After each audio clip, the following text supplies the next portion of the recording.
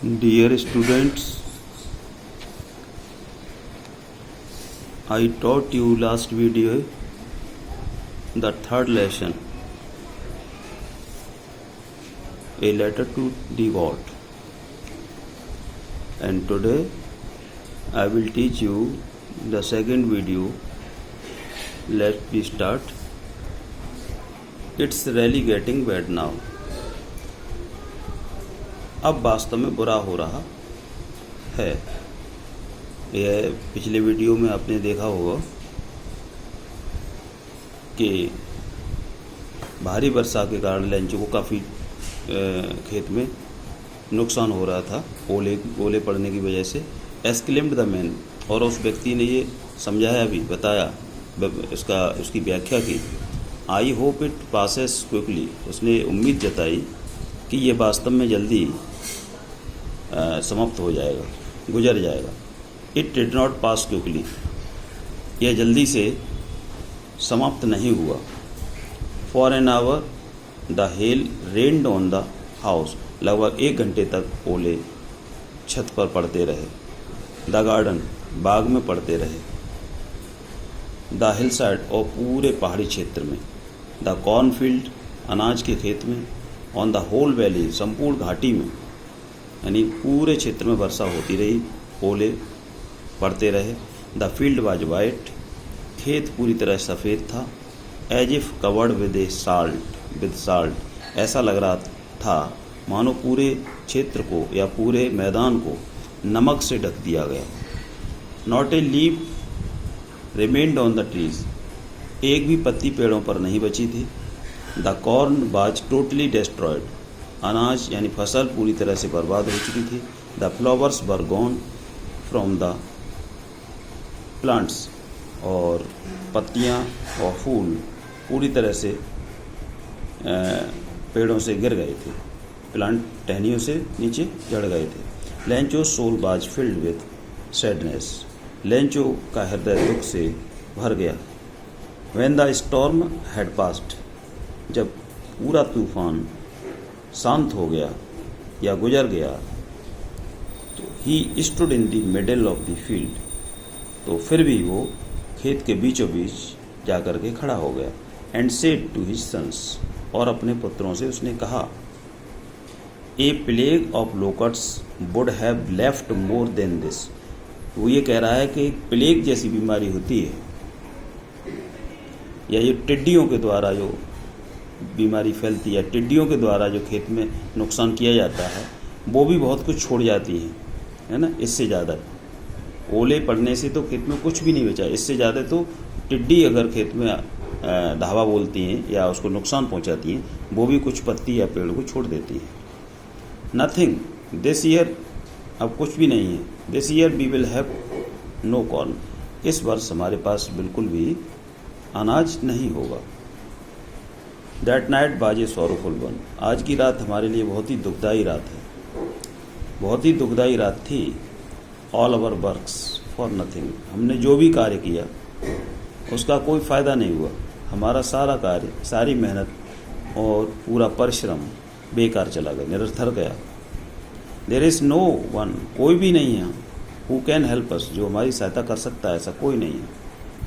We will all go hungry this year, हम सब पूरे वर्ष भूखे रहेंगे। But in the hearts of all who lived in the solitary house in the middle of the valley,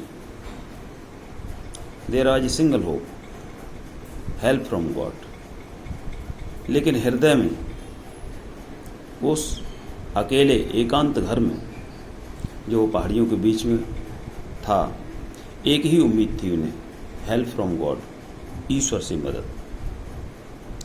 don't be so upset, आप इतना परेशान मत होइए। Even though this seems like a total loss, यद्यपि पूरी तरह से नुकसान हो चुका है, टोटल नुकसान हुआ है, टोटल हानि हुई है, फिर भी रिमेंबर, याद रखो, no one dies of hunger, कोई भी भूख से नहीं मरता है। That's what they say, no one dies of hunger, है ना। क्या वो कहते हैं कोई भी भूख से नहीं मरता है। ऑल थ्रू द नाइट, पूरी रात, लेंचो थॉट, लेंचो सोचता रहा। Only of his one hope, केवल अपनी एक ही उम्मीद के बारे में सोचता रहा। द हेल्प ऑफ गॉड, ईश्वर की मदद, ईश्वर से मदद के बारे में ही वो रात भर सोचता रहा।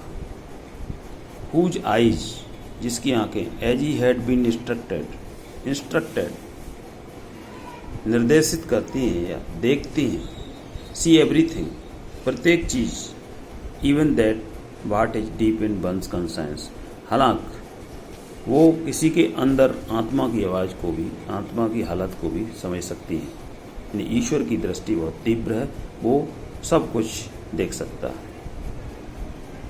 नेक्स्ट है, Lencho was an ox of a man, Lencho एक आदमी के रूप में बैल था।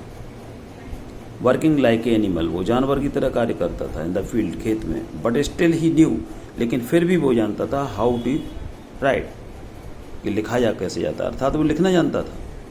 द फॉलोइंग संडे, उस शनिवार को, एट डेब्रिक, सुबह ही सुबह, he begin to write a letter, उसने एक पत्र लिखा, ये पत्र लिखना शुरू किया। Which he himself would carry to town, वह स्वयं उसे शहर ले जाएगा, and place in the mail, और उसको रजिस्टर्ड करेगा या डाक में डालेगा, पोस्ट ऑफिस में। It was nothing less than a letter to God, यह ईश्वर के लिए पत्र के सिवाय और कुछ नहीं था। उसने ये पत्र लिखा था ईश्वर के लिए। उसमें लिखा था, God, hey Ishwar, he wrote, उसने लिखा, if you don't help me, अगर तुम मेरी मदद नहीं करोगे या नहीं करते हो, तो माई फैमिली, मेरा परिवार, and I will go hungry this year, तो इस वर्ष मैं और मेरा परिवार भूखा ही रह जाएगा। आई नीड ए 100 पीसोस, मुझे 100 पीसोस की आवश्यकता है, 100 पीसोस की आवश्यकता है, in order to show my field, अपने खेतों को बोने के लिए, यानी पुनः बुवाई करने के लिए मुझे 100 पीसोस की आवश्यकता है। And to live until the crops comes, और जीवित रहने के लिए जब तक नई फसल नहीं पक जाती, आ जाती, तब तक के लिए। बिकॉज द हेलस्टोन, क्योंकि हेलस्टोन डॉट डॉट, कि ओलों ने सारा कुछ बर्बाद कर दिया है, सब कुछ नष्ट कर दिया है। ही रोट, उसने लिखा, टू गॉड, ईश्वर के लिए, ऑन द एवन्यूलप, लिफाफे के ऊपर एड्रेस लिख दिया, और द लेटर इनसाइड, और उसके अंदर लिफाफे में पत्र लिख दिया लिख करके। एंड स्टिल ट्रबल्ड, फिर भी वो थोड़ा परेशान था। वेंट टू टाउन, शहर गया। एट द पोस्ट ऑफिस, डाकखाने में, he placed a stamp on the letter, उस पत्र पर उसने एक टिकट लगाई। And dropped into the mail box, और उसे मेल बॉक्स में डाल दिया, यानी डाकखाने का जो डिब्बा होता है, लेटर बॉक्स होता है, उसमें डाल दिया। One of the employees who was a postman, एक कर्मचारी जो एक पोस्टमैन था, and also helped at the post office, और जो कि डाकखाने में मदद करता था, वेंट टू हिज बॉस, अपने बॉस के पास, अपने अधिकारी के पास गया, लाफिंग हार्टली, हंसते हुए, एंड शोड हिम, और उसने दिखाया, द लेटर टू गॉड, ईश्वर के लिए जो पत्र था वो उसने अपने अधिकारी को दिखाया। Never in his career as a postman, उसने अपने पोस्टमैन के कार्यकाल में, had he known that address, पहली बार उसने ऐसा एड्रेस देखा था। The postmaster, a fat amiable fellow, जो उसका पोस्ट मास्टर था, डाकपाल था, जो एक मित्रवत व्यवहार करने वाला प्राणी था, ऑल्सो ब्रोक आउट लाफिंग, वो भी जोर से हंसने लगा। बट ऑलमोस्ट इमीडिएटली, लेकिन लगभग कुल मिलाकर के बहुत शीघ्र ही टर्न्ड सीरियस, वो एक तरह से गंभीर हो गया। And tapping the letter on his desk, और अपनी टेबल पर उसने लेटर को टेप किया, यानी मोहर लगाई, कमेंटेड, और उस पर टिप्पणी करने लगा। अब क्या टिप्पणी की उसने, ये नेक्स्ट वीडियो में आपको बताएंगे। तब तक इसको आप ध्यान से पढ़ें और समझें। Thank you.